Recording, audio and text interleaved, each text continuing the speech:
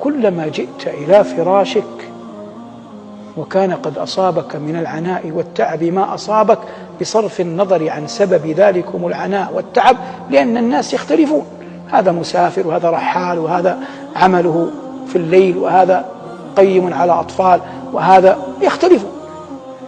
إذا جئت تنام قبل أن تضع جنبك على فراشك صلي لله ولو ركعتين، قدم ما يحبه الله على ما تحبه نفسك، واجعل هذا بينك وبين ربك، واحتسب أن يزدك الله به أجرا ويرفعك الله به ذكرا، وأن يجعله الله نورا لك يوم تلقاه.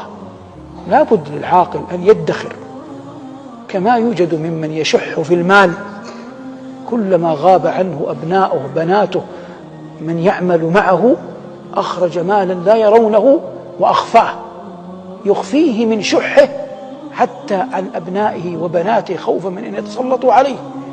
أنت أولى بهذا منه، هو يرجو الدنيا، أنت أرجو الآخرة. إذا غاب عنك رفقاؤك أصدقاؤك زوجتك أهلك فادخر تلك اللحظات، تلك الأحوال، تلك الساعات، ولو دقائق لو ساعات، أن تضع فيها بنفسك عملا صالحا بين يدي الله. والله هذا ليس قسم إخبار، والله يحب من عباده أنهم إذا هجع الخلق وناموا قاموا له يقفون بين يديه يناجونه بكلامه. قال الله جل وعلا: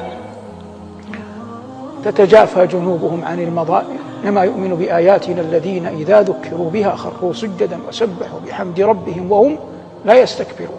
تتجافى جنوبهم عن المضاجع يدعون ربهم خوفا وطمعا ومما رزقناهم ينفقون.